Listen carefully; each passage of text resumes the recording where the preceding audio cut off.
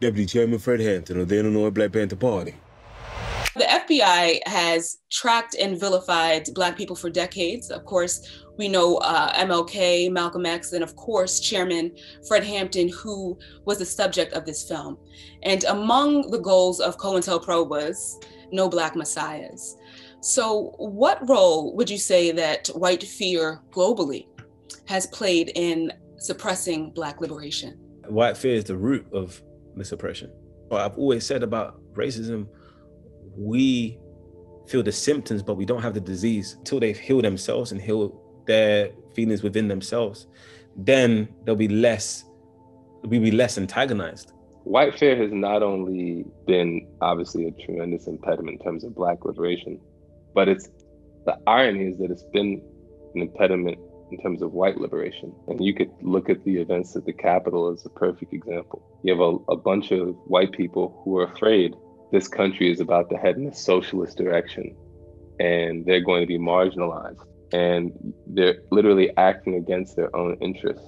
And it's a cancer.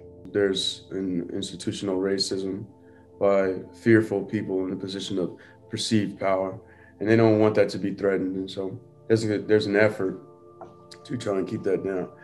And as Fred Hampton said, you can kill a revolutionary, but you can't kill a revolution. It's very true. All right, which leads me to my next question. And he was assassinated in 1969. Why do you think it's taken so long to see this story? I think there's a lot of people that wanted to make a version of this. I mean, I know Forrest Whitaker did, I know Antoine Fuqua did, and then for whatever reason, it didn't come to pass. And I do believe that is sometimes just stars aligned. I think that if Brian Coogler didn't make $1 billion with Black Panther, I'm not sure we'd be sitting here right now.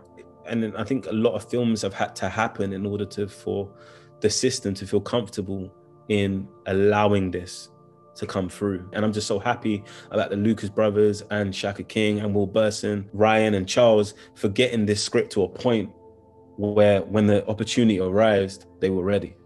Because of white racism. They barely wanted to fund the damn movie, you know? People think that Black movies don't sell, which is stupid, and it's not true. We are proving that wrong time and time again, so eventually they'll get the damn message.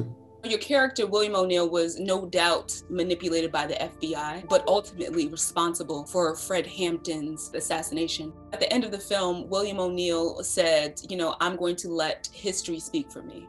And so I'm curious, what do you think that history will say about William ONeill and Chairman Hampton? What history will say about William ONeill is something that our director, Shaka King, always says, and he says, it's the cost of being apolitical.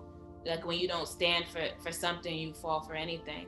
How cancerous self-preservation can be is how I feel about Bill O'Neill's strand. He ended up destroying himself because he was preserving himself.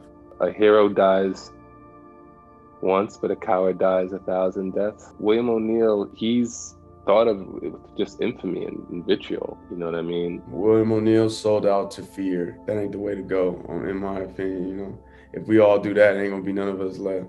With Chairman Fred, I feel the history is going to say, look at this man and look how much he loved. Look how much he loved his own, look how much he loved his people.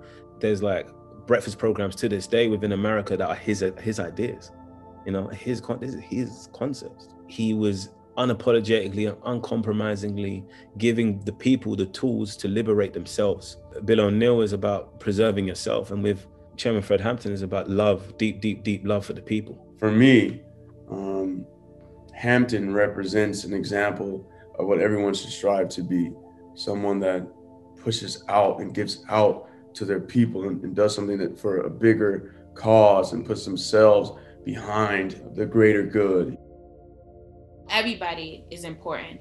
Chairman Fred believed in that. It didn't matter if you were in a gang, it didn't matter if you were a sex worker, it didn't matter what walk of life you came from. Everybody could be a part of the movement. Everybody was important.